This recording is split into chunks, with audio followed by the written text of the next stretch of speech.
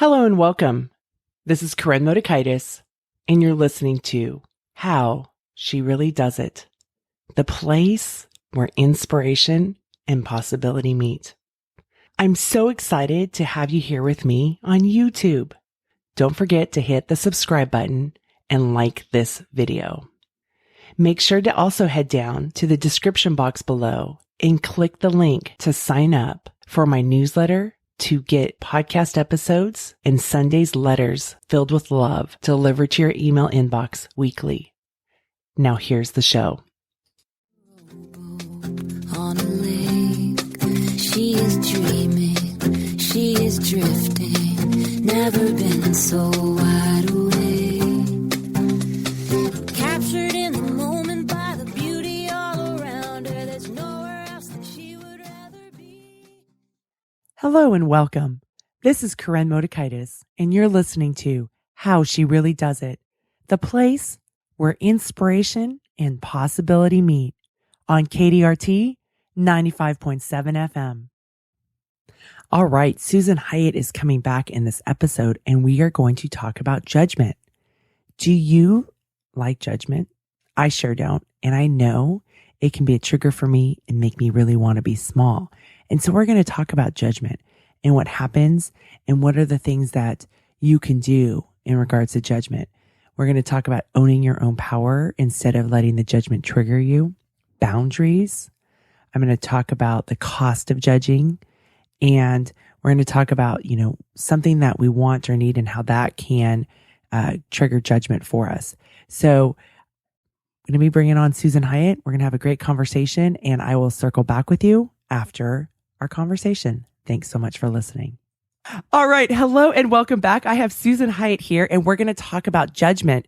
In a previous podcast, we got to talking a bit about, and Susan made this comment of, you absolutely deserve to honor what you want and like. And I had mentioned that right there can trigger a lot of judgment. And so who better to talk with this about than Susan Hyatt, who deals with this? Susan, hello and welcome back. Hello, Corinne. Thanks for having me back. Awesome to have you back. So what do you have to say about that? The judgment, when you show up and you're willing to shine and people come to judge. Judgment happens. Everyone judges. And I think that if we can just understand that human beings are going to judge, there is nothing you can do. There's no way that you can't fly under the radar low enough to avoid some kind of judgment. It's just not going to happen. You're not going to accomplish that.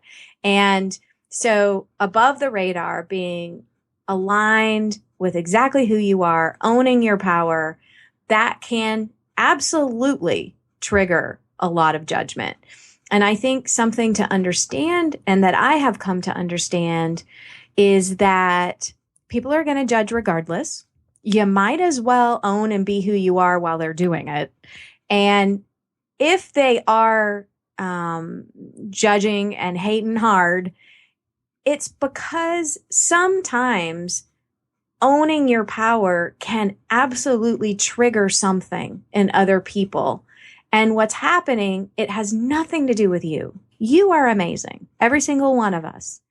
But they are projecting their own limits onto you. So whether it's, who does she think she is? Or she really shouldn't wear that. Or she's not as smart as she thinks she is. Or whatever thing you're worried people are going to think and judge, there's no amount of dumbing down or dimming your light that's going to save you from that. So you might as well just go ahead and rock it out. And how long did it take you to get there? I would say really within the past, I've always been sort of good at it, but I would go in and out of it. Like I would put myself out there but then be really wounded by hate mail or gossip that people would alert me that was happening. And really within the past, I would say 3 years, I've become much, much better at just really saying like, this is it. This is who I am. Here's the light side of me. Here's the dark side of me. I'm not a perfect person. If you don't like it, that's your right, but take it someplace else. Right? Because up in here, we are celebrating.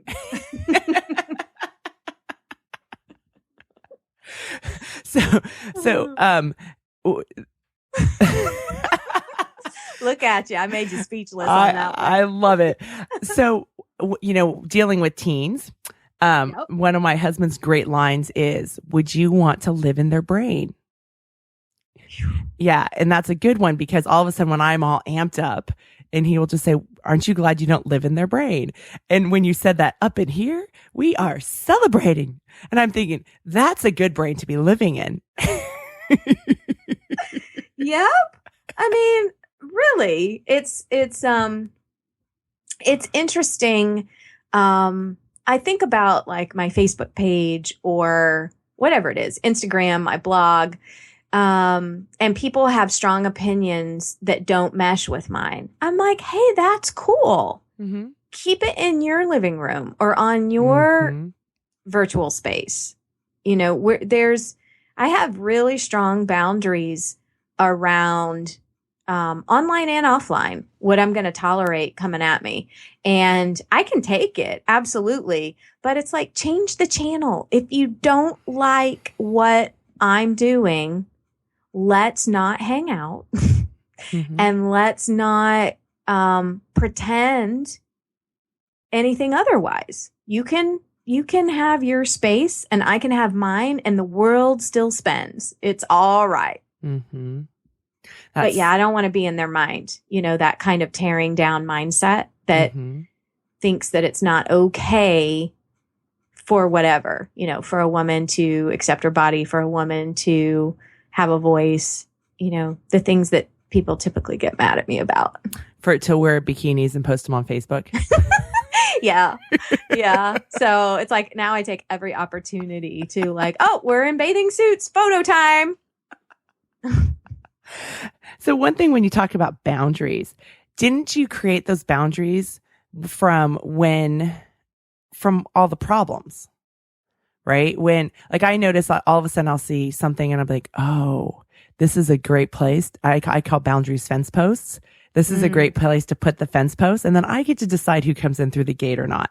Right. And then when I also get upset if somebody's pushing over my boundaries, I'm like, wait, it's my job to honor my fence posts and to take care of them and make sure they stand up. Right. And because I'm like, how come they're not respecting my boundary? They're not respecting it. I'm like, wait, how come I'm not keeping my fence posts up? What's happening over here? What am I not doing? So, but how I've learned about boundaries is also just from not having them at certain times and having them at certain places. And then that's how I've been like, oh, this is definitely a place where a boundary would be good. Absolutely. Such a good point. So, if those of you listening notice, drama that we talked about in the last one seeping in, then it's nothing more than an invitation for you to say, okay, like Corinne's saying, like, oh yeah, I need to put up a fence post there. And certainly that's what happened. I didn't start out on Facebook, with boundaries around what people could post or, send me or whatever. It was only after, things started happening that I was like, oh, okay, here's what the boundary's going to be here now. Or even in my own business, I now have a no refund policy that I call my Beyonce policy. It's like, listen, if you buy tickets to a Beyonce concert, Beyonce doesn't care that your babysitter canceled. She doesn't care that you messed up your calendar. She doesn't care that maybe you don't feel like going out tonight. You bought tickets and she's not giving you a refund.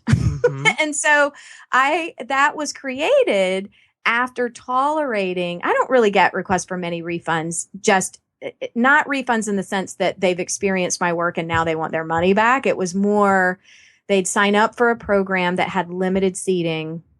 And then as the months progressed and class time was about to start, people would get scared and then say, I really think maybe I don't know that I'm up for this or whatever. And I would give them their money back. And then it was causing my assistant or myself extra work to refill a spot that was taken.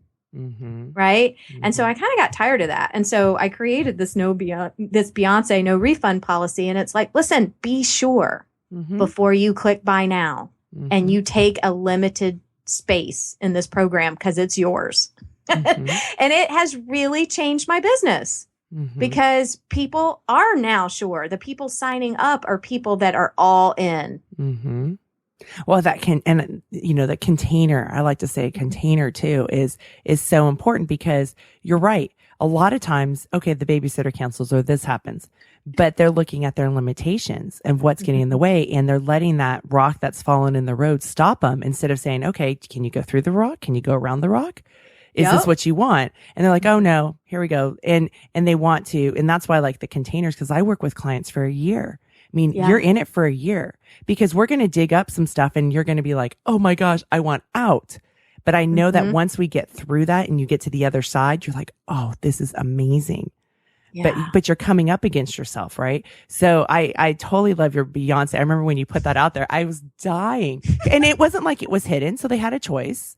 And and the thing is, to work with you or to work with me, it's all a choice. Right. It's not something that people have to do. And we do a ton of free stuff like this podcast. So we do a ton of free stuff for people, and it's a choice if they want to work with us, but it can trigger a lot of things for people. Oh, for sure. Yeah. Yeah.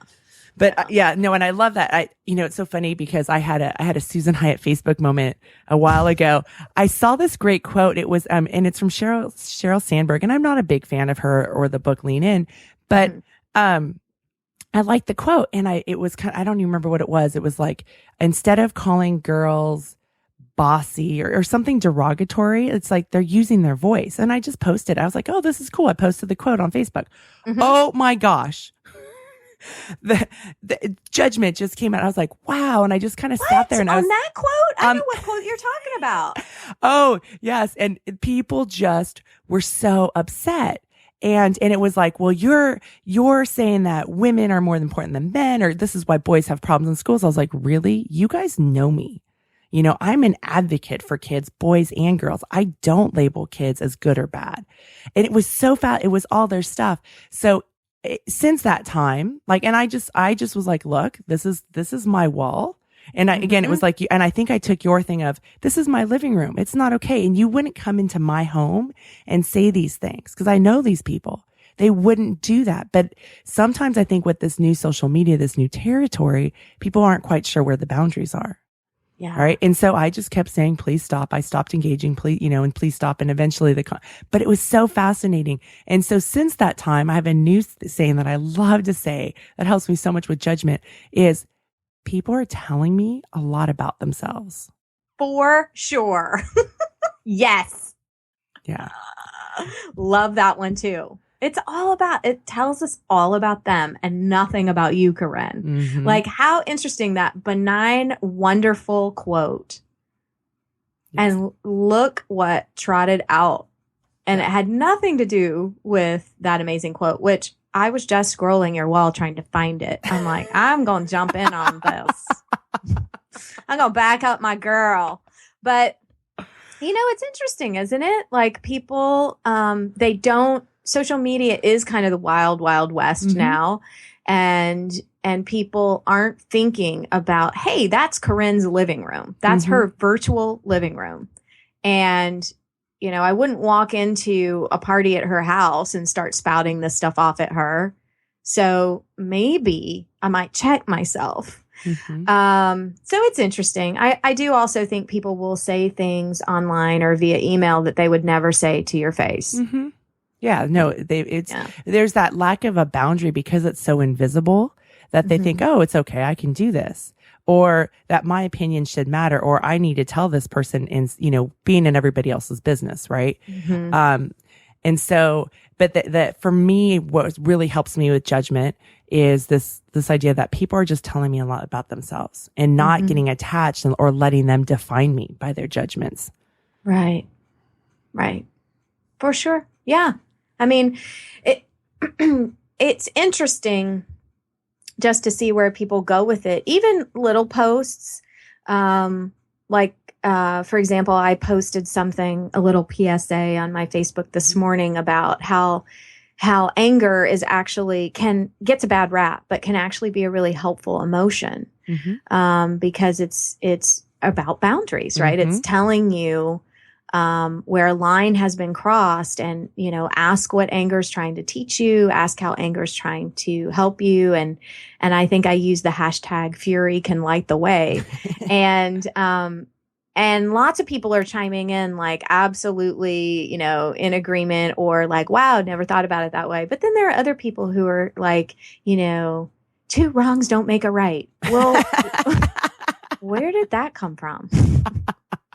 I didn't say get angry and go pop somebody. I just said ask what anger can do for you. So it is interesting. Yeah. Well, and that's Harriet Lerner, right? The dance of anger. She's all about anger is that boundaries have been broken. Yeah. Right. But that's also just changing the way we're supposed to be, because especially for women, it was, just take care of everybody else's needs and don't take care of your own. And so when you have boundaries, people are going to get mad, because it's like, well, wait a second. So I have this great autoresponder for the swim team. And it's so fascinating, Susan, and I got it from Alexander Franzen, our friend. And I love it because I always get all these random emails that are really simple questions. And so, it's like, I tried this experiment last summer, and if you have these questions, here are the answers. Consider your email answered. And it's so interesting because people who respect boundaries are like, Corinne, that is amazing. I'm sure it helps you so much. Right. And the people who don't like boundaries, who are like, wait, I thought you just emailed me right away and I was so excited, but then I realized it was an autoresponder. I don't like this. And it's the feedback I got, there are people that absolutely hate it. And I've just been like, this has been life changing. It's made me not hate email so much, because, I would be like having to deal with tedious stuff that I didn't want to deal with, that this email can answer. Like, here are the top 10. Here you go. Boom. Let me answer the important stuff for you. Isn't that so interesting? Like that, it's like, okay, well, let's have tea. What they want you to say is, come over for tea and let's discuss it. Sorry. So I have even more boundaries. So one of the things that I tell because some people have, my kids are on the team. And so some people, my cell phone number, or they send me Facebook messages. And I don't know about you, but I like things to be compartmentalized. That's how I can do as much as I do. And so one of the things that I say is that I go, look, if you send me a text message, I'm expecting an invitation to coffee or lunch. If you, and if you have Aqua Monster business, send it via email, because then I'm at the computer and I can answer it, or I can look up stuff that you may have questions for. If you send me a message on Facebook, that's a playground, and that's not where I do work. Right. And so it's so funny because sometimes people will try to text me and I'm like, okay, so we're going to have coffee, right? Yeah. I'm with you. I've been thinking about that boundary, that fence post that needs to be raised around Facebook private messaging, because what will happen is that sometimes clients will see me posting and then immediately think, oh, I've got her attention, and start peppering me with private message questions. When, like you, Facebook is fun for me, and I'm just there to maybe take a break or decompress, or it's the evening time. I'm not working. So as we're talking about this, that's actually a boundary I need to enforce or install. Well, no, and like with clients, there's no, I don't do Facebook messages. I'm really clear about those boundaries. It's phone, it's email. It's very, very clear about that. And partly I just want things all in one space. Like, I don't really like Facebook messages anyways. Right. And, it comes up weird, and it's a small little box, and I don't like that constraint. So I just don't like it. But so for me, it's like, how can I be most effective so that I can show up and do the work? So people may judge that and hate that, but it's actually, if I take care of me, then I can actually serve people better. Yeah. Right. Which is I've been working with clients on this all week of, so many of my clients, they were like, I was the leftover person. let me give everybody else the fresh cuts and then I would eat the leftovers. That was kind of their metaphor for life. Mm-hmm. Right. And then you're not very happy. You don't know how to take care of yourself. You don't really matter in your own life. And so how do you turn that around? Taking care of yourself. And then you can really be there for other people. It's way more powerful, I think. Right. I agree with you. I mean, I think one of the reasons like you that I'm able to do so many things is because in my personal life and my professional life, I have pretty strong boundaries. Mm-hmm. I really do. It's it's a time saver. It's efficient. It reduces drama, like we talked about in the last podcast. I mean, it's just sort of like, these are my business hours. Mm-hmm. And my clients know that, and my family knows that. And so I'm able to give and devote to both. Mm-hmm. Yeah, you don't go, these are my business hours. Oh, but I'm going to go do this. And I'll make it up later. And that was like, for me to get into that kind of discipline has really it's been a game changer for me to do that. And it eliminates drama because it's like, no, I'm not during these times. This is when I do my work and I'm not available for some of those fun things. And those fun things can happen during this block of time. Yep. Though, I mean, my work is fun, but you know what I mean? Yeah, I know what you mean. I got you. So judgment, let's see, what else can we talk about judgment? So judgment happens. And I think that's an important thing because, while sometimes I find myself like when I can really show up and be big and be present and be a leader. And when I've just totally let go of the judgment, right? That outcome. And then as soon as I start to create an awareness that there's judgment, I can shrink. And so like for me, not even judgment in the bad stuff. It's like how I show up in life. Mm-hmm. Right. And, or how people will perceive me. Cause they'll say, oh, look at you, Corinne, these Olympians, you have a radio show, blah, all this stuff. And I'm like, I'm just showing up. I'm so excited because there's so much to learn and there's so much, possibilities. And it's like, what do we want to create? And I'm not even thinking of that. And then all of a sudden I'll feel that judgment coming to me and I'm like, oh, I better play smaller. Right. I better play smaller. And it's like, well, wait a second. Why? That doesn't feel good either. Right. Yeah. I mean, it happens more, it's more rare for me these days, but I do still sometimes have thoughts like, should I post that? Mm-hmm. And just because I'm like, oh God, I know I'm going to get some hate mail about this. And I'm like, wait a minute, it's same kind of conversation. Like, no, I'm not going to censor myself just because I'm afraid of what might happen. And, I'm trying to think of what was the last post I almost didn't post? I can't think of what it was, but I remember just being like, you know what? Forget it. I'm not going to censor my life or not celebrate or not document, if you will, what I'm interested in because somebody else might not like it. That's not, then like you, that doesn't feel good either. Mm-hmm. So I'll just take, whatever. I actually set up a boundary around haters in a different way in that, my assistant looks at most of my email and for sure she gets all of the support at shyatt.com email. And, she was just kind of like, okay, what do you want me to forward and what do you don't? And, I'm like, just send me the really funny ones so that I can talk about it on Facebook. So a lot of the hate mail I don't even see anymore. How beautiful is that though? Yeah. Yeah. I mean, again, it's like, you don't need that kind of stuff. No, like I don't need to see it.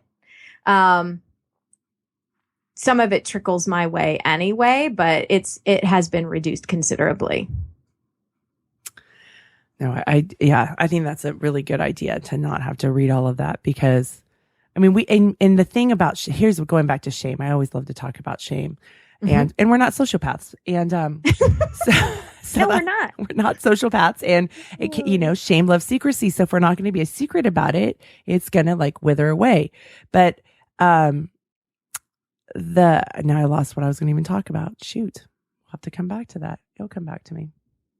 Yeah, shame really does. I mean, I think the secrecy is a big component of it, that shame loves secrecy. And if you're afraid of judgment, what you can do is feed into that by keeping things secret. Like, when you're trying to block out the bad things, you're also putting up a buffer and blocking out the good things. Yep. And so, that secrecy, it can just be like, not celebrating wonderful things and hiding. I know lots of people who hide their success because they're afraid of what people are going to think and say. Well, she's too big for her britches now. I'm like, yep, I sure am. I am. It's just like, what? Come on now. It's so funny. It's so funny. Judgment is just actually hurts us all. Cause I know I've really practiced getting out of judgment myself because it was just armor. It was something that I used to armor myself up, to protect myself from pain or vulnerability. And as I practice, living a life without judgment or reducing judgment, because it still comes. And then I'm like, really? It doesn't feel good though. It feels dirty to be judging. So the cost to the judger is quite high. And so, we may not want to be judged, but the other thing is that the person that's judging on the other end, they don't feel good. So it's an all around not good feelings. Yeah. I mean, I think it's a really good point to make that I occasionally catch myself judging and it feels terrible. It feels so gross. And just to understand that, okay, if you catch yourself thinking judgy thoughts, then it again is an invitation to go within and like, why am I triggered here? What is it about that's bringing something up for me? And if you can figure out what that is, whether it's jealousy or fear or dissatisfaction, whatever, then you can kind of get through it. Well, like you've said before in an interview of when you're envious or jealous of your other friends, right? With the farm to fresh dinners. And then you were like, hey, what's going on here? It's like, well, I want that. I mean, so the negative can be great information to what we want. Like there's Todd Cashton, who I had on the show before, he talked about the upside of the dark side. There is an upside. We don't want to diminish those bad things because they're here to give us a message. And it gave you this message of, I want to create this. This is what I want this. It's not here locally, so I'm going to create it. And that's awesome. So I, if we can make it more of a useful emotion that can propel us in the direction we want, instead of, which I used to be so famous for, of pitching my tent, building my campfire in the swampland and inviting people to sit there and let me story fondle for months on end. Forget hours. It was months. Oh my goodness. Right. I was the country music story fondler. Oh my God. So funny. And that never felt good. And it didn't get me anywhere because I was still stuck at the campfire. I wasn't moving anywhere. So instead of looking at it like, okay, what is it that I want? If I'm jealous, if Susan's doing something and I'm thinking, oh my gosh, look at her. Well, what's that about? What's going on? Well, she's doing this. How dare she do it? Well, and it's probably something about, well, I don't think I could do that. I don't think I could have that. Right. And then that's about changing that belief system of like, okay, maybe I'm not, you went to Italy. Maybe it's not going to Italy, but maybe I could go to, I don't know, Oregon. Right. Whatever it may be, whatever the small step may be, doesn't have to be a parallel experience. And getting, I'm always talking with my clients about, what are the small steps you can take, or that small hinges can move big doors. You don't have to make this gigantic leap, but what are the small steps? I mean, I've watched you with your career, so I remember you back then, and I've watched you evolve to where you are today, right? And they've been all these steps along the way. It's not just these big, leaps, right? Right. Yeah. I mean, I think that it's absolutely a mile marker. It's an indicator that there's something that you want, that you crave, that you absolutely can have. I don't think that you would notice it unless there was something there for you. Ooh, say more about that. Well, so for example, if I think when we're judging people or jealous of others, it's because there's something that we want or need. And I might look at let's say my neighbor who completed a triathlon, and I can feel nothing but proud and happy for that person. There is no part of me that is jealous of that because I don't want to do that. Like, I'm somebody who moves her body all the time, but I'm not interested in competing in a triathlon. I'm just not. Or I'm not interested in running for governor, or I'm not interested, so I'm not judgy or jealous at all around things that aren't meant for me, I guess, if that's a way to explain it. So if you're jealous, it wouldn't even be on your radar at all unless there was some reason. So it's our job to figure out what that is. Yeah, that's a really good point. That's the upside of the dark side of jealousy, right? We could perceive it and go, oh my God, I'm a bad person because I'm feeling jealous. Again, that's just living in the swampland, playing country music and fondling these stories. But when you can look at, oh, there's something in here that is saying that it's something that I want or need. And what is it? Let's go look at that. I love that.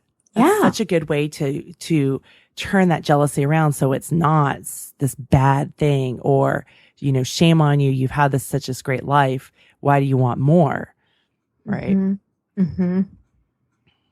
Yeah. I mean, I think a lot of what I have created in my life has been from just paying attention to what is tugging at me.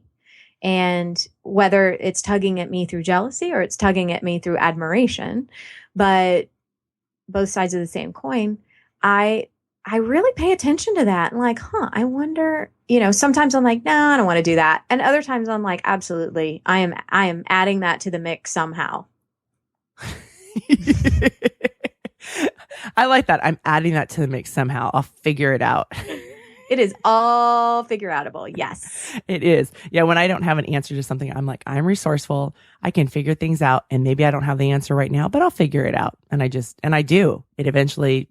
figure it out. But yeah. And I also try to remind myself that there are lots of things that I don't yet know. And so there's a solution here that is going to present itself to me. I just don't know what it is yet. It's okay. Ooh, I like that. There are lots of things that I don't yet know. It's so true. I'm always amazed and astounded at the new things I learn. And I'm like, what? This exists? This is so cool. Or, I actually, one thing is I did a couple of episodes of a TV show, Life is Delicious TV. It was really time consuming and expensive. And I may do something like that again, but I was like, I wish I could just do these little mini episodes that didn't cost me $1 million. And all of a sudden I discover Periscope, which, Corinne, are you on Periscope yet? No, I saw you. So tell me about that. Cause I saw you scouting information. So I'm still learning about it. I have not done my first, what the insiders call scope. We'll be scoping. But it's live little videos. So you do it from your iPhone or your iPad, or your smartphone or your iPad. And it's basically a social media platform of video. So I could go on Facebook or email out to my list like, hey, I'm going to be on Periscope at 3:00 today talking about the top 3 ways to end drama in your life. Join me. And so everybody would get on Periscope and I'd be sitting there in my workout clothes, just doing a real quick live video where people can comment and talk to me while I'm doing it. And I thought, well, there's the solution to my TV show. It's this platform I didn't even know existed. Mm-hmm. Like, who would have thought? Amazeballs. So I'm going to start. I don't know what I'm going to give it a try and see how I like it. But I have a feeling I'm really going to love it.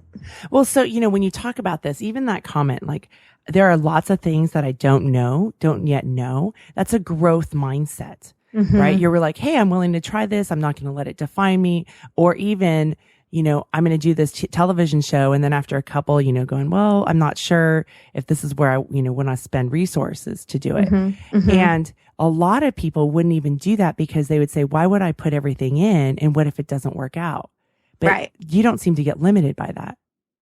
Well, because I'm just such a believer, because it's been proven in my life over and over again, I have evidence for it, that the answers that we seek happen through action many times. So there is no way, and fact finders hate this. I'm a quick start and then followed up by a very high fact finder score, but there's no way to research your way to everything you need to know. It's impossible. You have to start walking down the path because the answers you want are not available to you until you're experiencing it. So there's a certain amount of prep, absolutely, that you can do. Like I'm watching these little webinar things on how to Periscope, but I'm not going to know what it feels like or what I like or what I'm really going to end up doing on there until I start doing it. It's so true. It's so, you don't know. Like when I started this radio show, I didn't know what I was getting myself involved with. And but I've been learning, and I've been constantly learning through the years, and I've done over 450 shows. And I'm learning. But the vision that I had for the show back in 2006 was so different. I mean, I never would have thought that I'd have this worldwide audience, or that I'd be able to talk with all these different people, or all the people that it's connected me with. And then, now where I have continuing guests, which I love, right? Because we can have these deep, rich conversations, and the listeners are loving it. And they were a little scared. They're like, wait a second, you're changing? Why are you changing? Keep this going. Right. But they're loving these conversations, and they get so excited when they see, oh, Susan Hyatt's coming back. That's awesome. And they get exposed to that. And so I would never have known, but the answers, like I could have had it all planned out. But shoot, when I first started with my radio show, podcasting was so small, and now podcasting is just taking off. Right. So you just don't know. So I love that part. Yeah. Yeah. One of my favorite things about life has become that I don't even know what I don't know yet. Like, like life is going to continue to surprise me. And that is an amazing thing, to constantly be astounded. Like, what? This is better than I thought. I love that. Life is going to continuously surprise me. It is. It always does. I think I know, and I don't know. It's so fun. And do you think this is like kind of this mindset is what helps you stay out of like going into a judger mindset? Because you're looking at forward of like, wow, there's all this cool stuff. Yeah. I do think that I fertilize my mind with amazing stuff. And so there's not a lot of room for the weeds to grow anymore. Some are still there. I'm still a work in process. But by and large, I'm just not, I'm not somebody who is letting things just happen. I am open and surrendered. I don't mean that, but I'm creating my life. That's a very different energy. Well, and what do you think about limitations? Because one of the things that was just kind of kept coming up this week was people were coming to me with their limitations, right? Or the limitations of the software. And I was like, there's got to be a way. Like I was with this one computer situation. I was like, there's just got to be a way. I just don't accept this. There's got to be a way. And my coach was like, no, I spent 3 hours. I'm like, I don't care. You spent 3 hours. There's got to be a way. It does not make sense. There's got to be a better way to do this. And we just haven't figured it out yet. And so like for me, when I look at that, then it's my brain, I get rid of any perceptual blindness. But I think so often, like with judgment, it creates limitations, or I don't know if it creates limitations or limitations create judgment, but it, gives us that perceptual blindness. What do you think? Yeah, absolutely. I think I love that. There's got to be a way. There's always a way. There's always a way. And so that's kind of where that, well, I don't know what the answer is yet, but it'll present itself to me, came from, is my belief that I don't care what problem you're trying to solve or what goal you have. it's my opinion that you wouldn't be able to think it up if there wasn't a way. And you might be the one that creates the way, but there's a way. Mm-hmm. There's got to be a way. Yeah. I'm the same way. I'm like, how do we do this? How is it? And it may take a little while, but I'm with you. Yeah. To do that, it makes so much more sense than to be, oh, well, here's the limitation. Too bad. That just doesn't feel very good. No, like what? Forget that. Resourcefulness is one of my top favorite things in others and in myself. Mm-hmm. And we could do a whole show called I'm Not Your Google. Because it always interests me. I can usually tell when I'm working with a group who is really going to make something of their ideas and who's not based on the emails that I get. Because it's like, you know what? Google could have told you that a day ago. You're seriously asking me that? And so I think resourcefulness is so, it's like, you've got it. It's like, I don't know how to train resourcefulness, but you have to eliminate judgment. There you go. You have to eliminate judgment to be resourceful. I like it. Yeah. You just have to, because if you're judging, then you're not trying to figure it out. And then you're not saying, oh, should I go to Google or go to Susan? Right? Like and being really effective. Knowing the right questions to ask Susan, and then what are the questions to ask Google? Because if you ask Google, you're going to get the answer pretty quickly. Right. If you ask Susan and it's in the evening, you're going to have to wait. Right. So, but you have to eliminate judgment. But if you believe, well, Susan should be on the other end, because there's a lot of people that believe this about me. Susan should be on the other end of this email, because when I have a question, she should answer it. I always explain to people, I go, I am not Google. I am not Google. That's why I have an autoresponder. Gosh, I know. It's just like, to me, it's, and the other one, we could do a whole show about these things, but it's things that perhaps I've sent people that they say, can you resend that to me? There is a search box in your Gmail. And all you have to do is plug in Susan Hyatt and blank, whatever they're asking me about, and it will appear again. But anyway, I digress. No, I totally understand that with working with groups. I'm like, oh. Not a good indicator. Not a good indicator here. Let's talk about resourcefulness. Yeah, but to be resourceful, you have to eliminate judgment. You know, because you're right. Otherwise you're judging yourself, you're judging the other person, instead of like, okay, I could think, oh, this computer program's stupid. But the fact of the matter is, this is the kind of program that swimming uses. And there's got to be a better way to create team records than manually typing them up. There's just got to be. And I just believe that. And I know there has to be a way. And it's about who are the people that can maybe teach us. And maybe it's a YouTube video, right? But I just wasn't willing to accept that. I'm like, no, there's just got to be a better way. There's got it. Because the other side is, you don't have to keep manually updating team records throughout the years. Let's spend some time now and figure it out.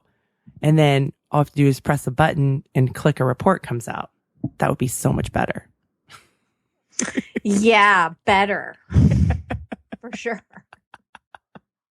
All right. So as we wrap up on this topic about judgment, what else do you want to share before we go? We talked about judgment happens, owning your power and how that can be a trigger, boundaries. I use the leftover metaphor, the cost of judging, the mile marker of jealousy of what you crave, right?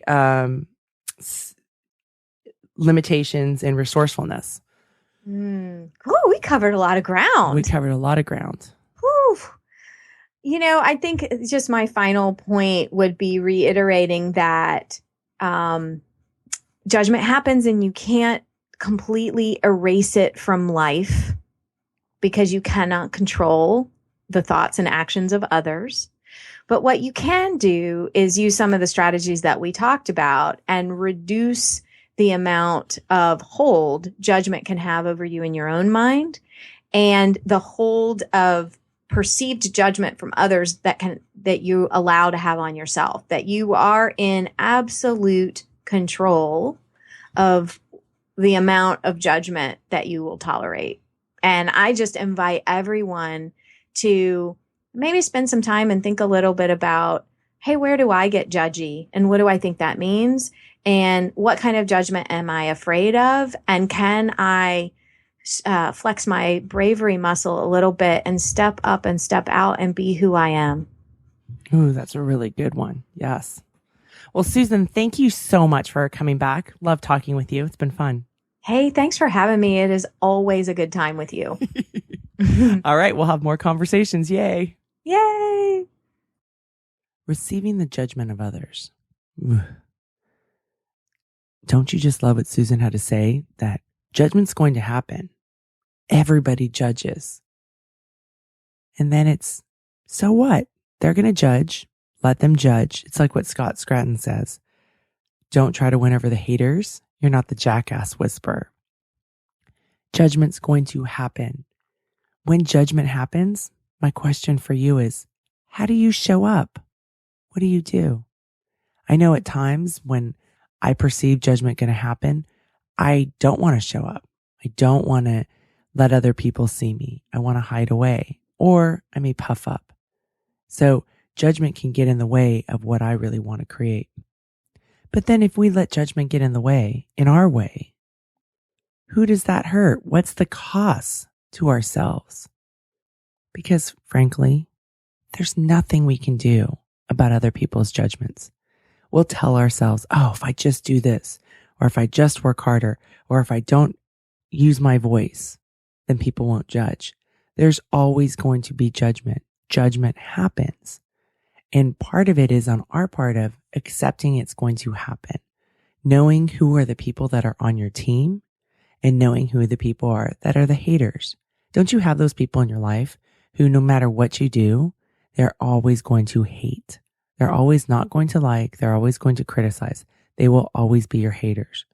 And then there'll be people. I have a really good friend. I call her my fan friend. I love her. And who are just always cheering for you, who have your back.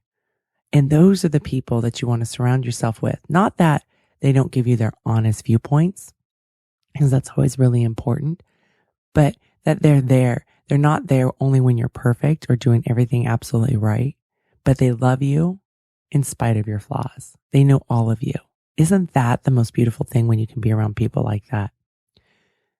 So when we can understand and accept that judgment's going to happen and there's nothing we can do, it is okay. It can be freedom, because maybe then you give yourself the permission to show up in your life and own your power instead of letting yourself hide away.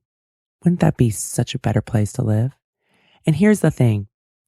As you know from the show, it's always a practice. You practice, you screw it up, you circle back, you practice some more. You continue to learn. It is a lifelong practice. We want things to be fixed, and then sometimes we think, oh, it's not that important until a crisis happens. But these are daily practices, and just notice, pay attention to the judgment that happens in your life. And what do you do? What is your tendency? And then ask yourself, what's the cost to you? What's the cost to you to not show up in your life? What's the cost to you to try to placate everybody so that you believe they won't have judgment? Does it work? Do they really not have judgment? That's the thing. We don't really know sometimes, because people may be judging, but it's just in their head. So really ask yourself about this. And what if you just gave yourself the permission to not let it get in your way? And that's a practice that I'm working on myself. The other part of the judgment is us judging others. Why do we do it? And judgment is a huge armor for me. It was a way to protect my heart. It was, let me judge you first before you judge me. But it really armored up my heart, and it didn't let my heart come through. And there's a huge cost. And a lot of times it's kind of like judgment I think of in line with eating that third bowl of ice cream after you've told yourself, you really deserved it. You had a hard day. That used to be my go-to. But judgment feels gross afterwards. You feel really icky, right? Or at least I do. I don't feel very good about myself, and I have a lot of regret and remorse.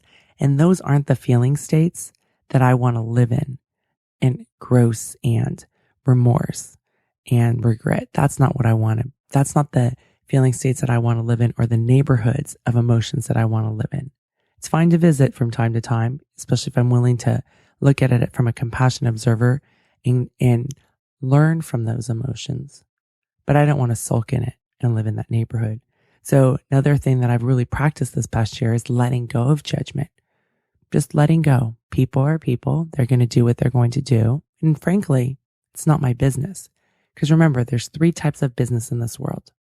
There's your business, my business, and I like to call it the weather's business instead of universe or God, because there's a lot of different beliefs out there. But there's 3 types of business in this world. And right now in my community, people are really complaining because it's triple digits. But that's what it is in the summer in the valley. It's triple digits. Whereas I have a client who's up in Seattle, it rains. That's what happens. And so anytime you complain about the weather, you're in the weather's business, first off, because complaining is not going to do anything different for you. And secondly, you're in their business, the weather's business, and you're not taking care of your own business. And taking care of your own business is a full-time job, but we distract ourselves by other people's business. And the same thing happens when I used to spend time judging other people. That was just me being in their business. Oh, they shouldn't do that. They shouldn't do this. They shouldn't do that. What does it matter to me? And I can hear some of you say, but it does in the matter of how they treat me. And again, we can't control other people, but we can teach people how to treat us, right? And so what I like to look at is people are telling them a lot about themselves. People are telling us a lot about themselves when they react in a certain way. Now you get to choose whether you want to be a part of that experience or not. So it's not a threat. It's not blackmail, but you get to start to think about who are the people I want to surround myself with? What are the environments? It's really quite empowering. It's not that life happens to you. It's that you get to choose and you get to be a part of this creative process, but without dictating to people how they're supposed to treat you. You just pay attention. And then you decide, who do you want to surround yourself with? Who are the people that it feels really good to be around? And who are the people that may be takers? And not that we can have lives that, I have people in my life who are takers, and there's an understanding of that, right? Because of maybe certain situations, or maybe they're members of the swim team, and that's part of the relationship, and that's okay. So understanding that, but having the appropriate boundaries around that. So I've digressed a bit. The 3 types of business: staying in your own business, staying out of judgment of others. And when we go into judgment, the other thing that happens is that we get perceptually blind. We see things and we can't use our whole brain. So when we can stay out of judgment, we feel better. The person we're probably interacting with feels a lot better, not having to deal with our own judgment because they're probably in their own self-judgment. And we get to stay in our own business and be like, is this somebody that I want to hang out with? Is this somebody I want to work with? Or I understand that this is a colleague to work with, and this is the manner they operate. With that being said, and we have this project due, how can I show up my best and not get involved in the drama? That's staying in your own business and way more productive than having judgment. Oh my gosh, everything they do is a crisis, and everything's last minute, and it's going to be a drama to do this project. We're still focusing on them. So instead, I invite you to turn around and focus on yourself. And I do love that. That has probably been one of my favorite go-to sayings this summer is, people are telling me a lot about themselves. It's just information. You're going to find out a lot when you pay attention about people's belief systems, their mindset, what they believe about how the world works, and if life happens to them and being that either victim or emotional child, or if they are able to go and create things that they want and being an emotional adult. It's a powerful, powerful thing when you listen to people. I also love what Susan talked about with ask what anger is trying to teach you, right? If you have anger or if you have jealousy, Ask what it's trying to teach you. And that goes back to Todd Kashdan, the upside of the dark side, or Harriet Lerner when she talks about the dance of anger. These are all messages. They're not bad. And so often we may feel guilty for feeling anger or feel guilty because we acted out in anger. But it's about catching that feeling and then asking, what is this feeling trying to teach me? What is it trying to teach me? And you may have this response of this little kid, wild child, like, I don't know. Right? My teenagers love that saying, I don't know. But what if you just said, okay, I may not know the answer right now, but I'm willing to be open to it and let it come.